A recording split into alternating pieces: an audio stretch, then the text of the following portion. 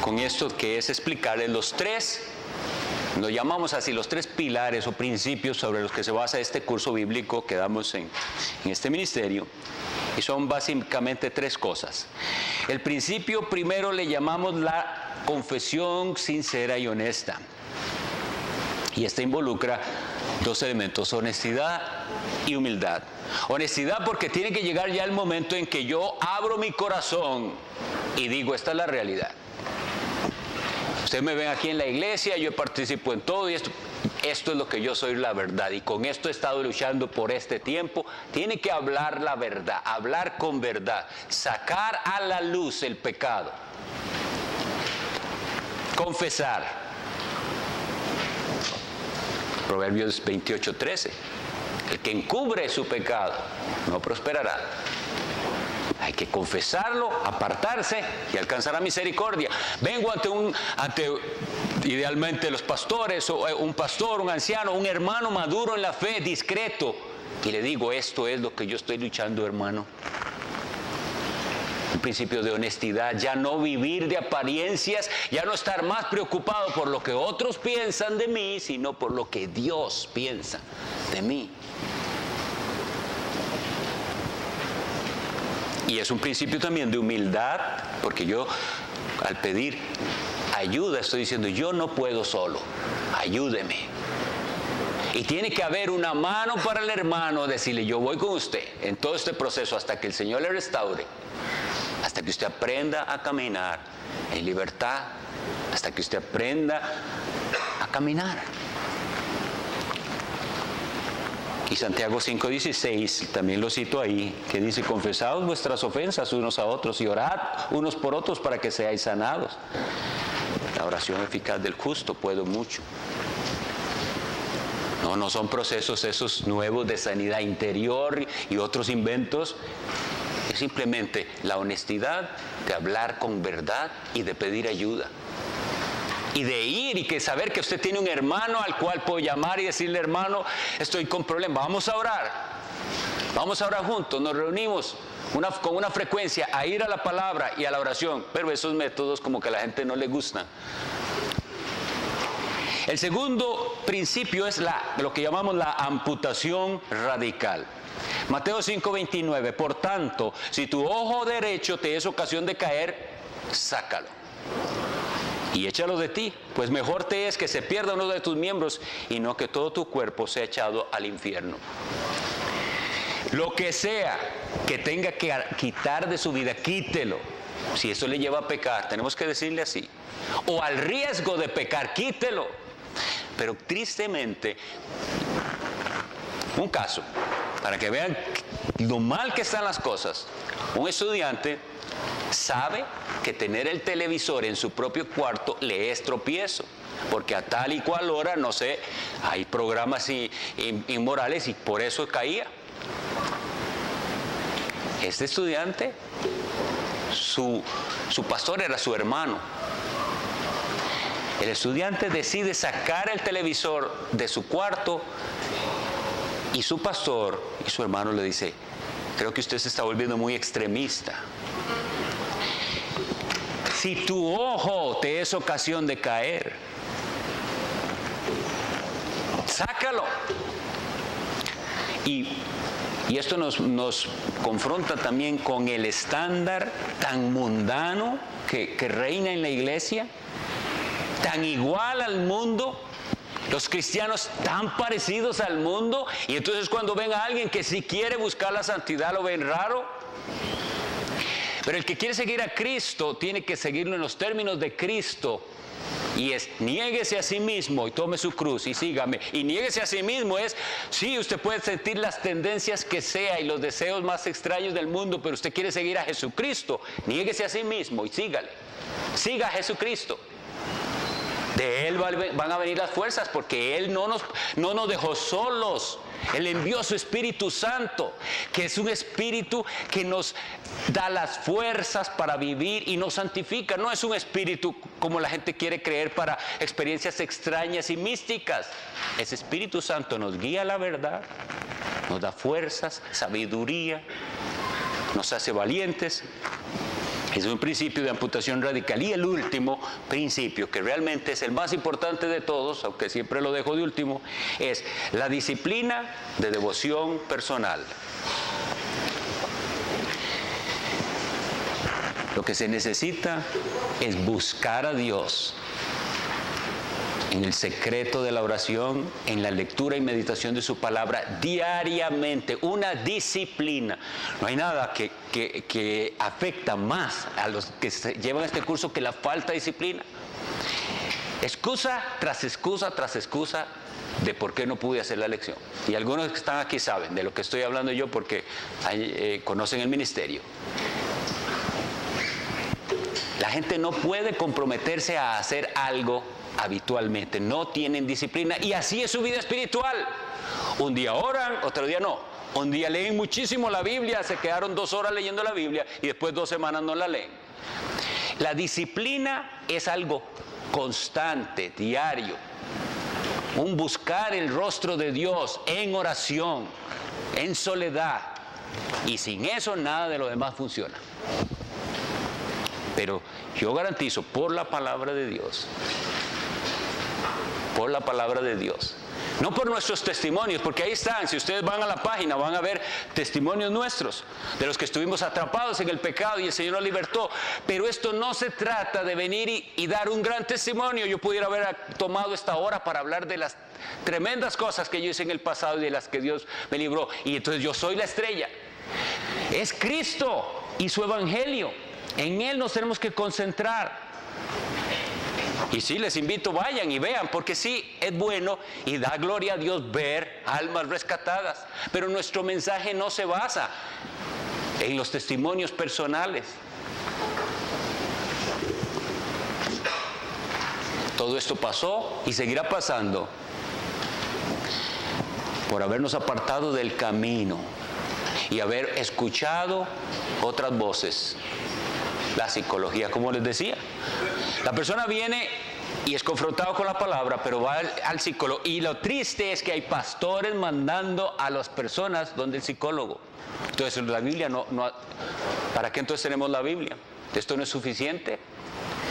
Piensan que la consejería bíblica llega hasta cierto punto, pero ya de ahí para allá le toca al experto. Nosotros tenemos que ser expertos en la Biblia para aplicarla a todas las áreas de la vida y en particular a estos pecados que esclavizan.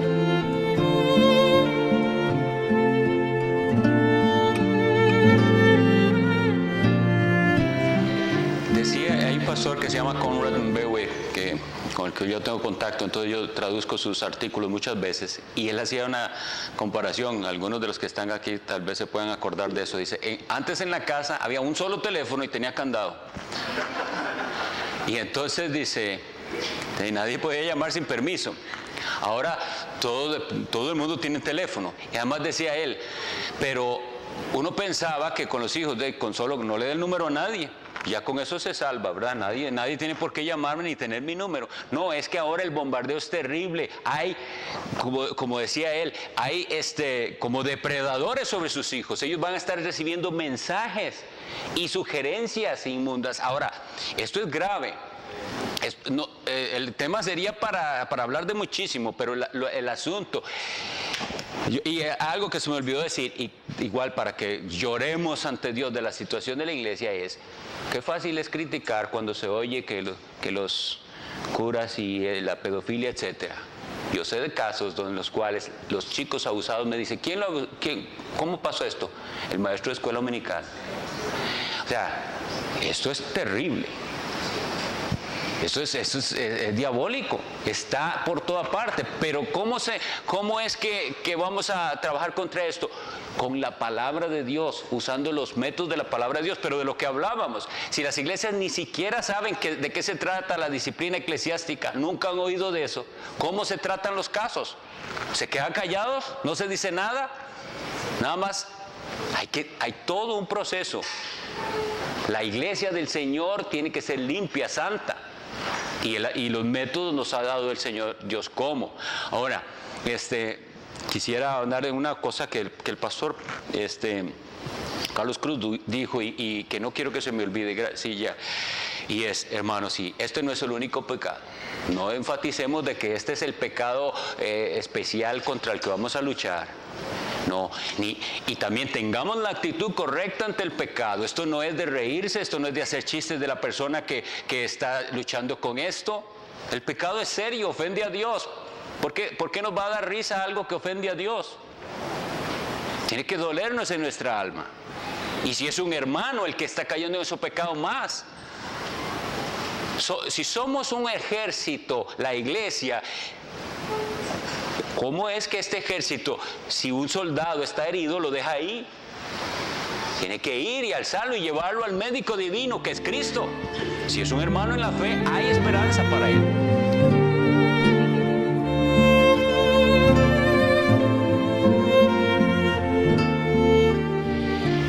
No es incorrecto nunca pretender o intentar cambiar una conducta pecaminosa, aunque sea percibida por la persona como una tendencia innata.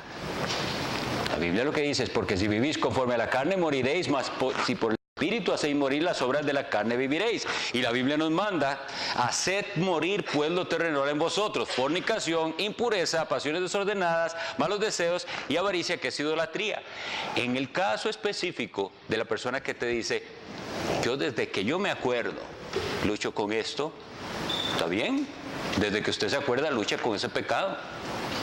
Es que pensamos, y ahí es donde el debate muchas veces he visto que se pierde, porque está el incrédulo y está el creyente, y el incrédulo dice: yo nací así, y el otro: no, usted no nació así. Porque ese no es el pleito.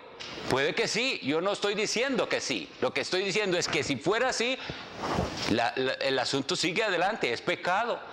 Yo suelo hacer la comparación que a la gente le cuesta entender o no le gusta que la haga con respecto a la tendencia a la violencia. Un niño desde pequeño es un chiquito, como llamamos nosotros, malcriado desde que nació. Y pega gritos y se revuelca, y siempre fue así. Entonces yo digo, desde que nació es así, no voy a corregirlo porque eso, así venía él. Y ese chiquito después se hace un violento en la sociedad.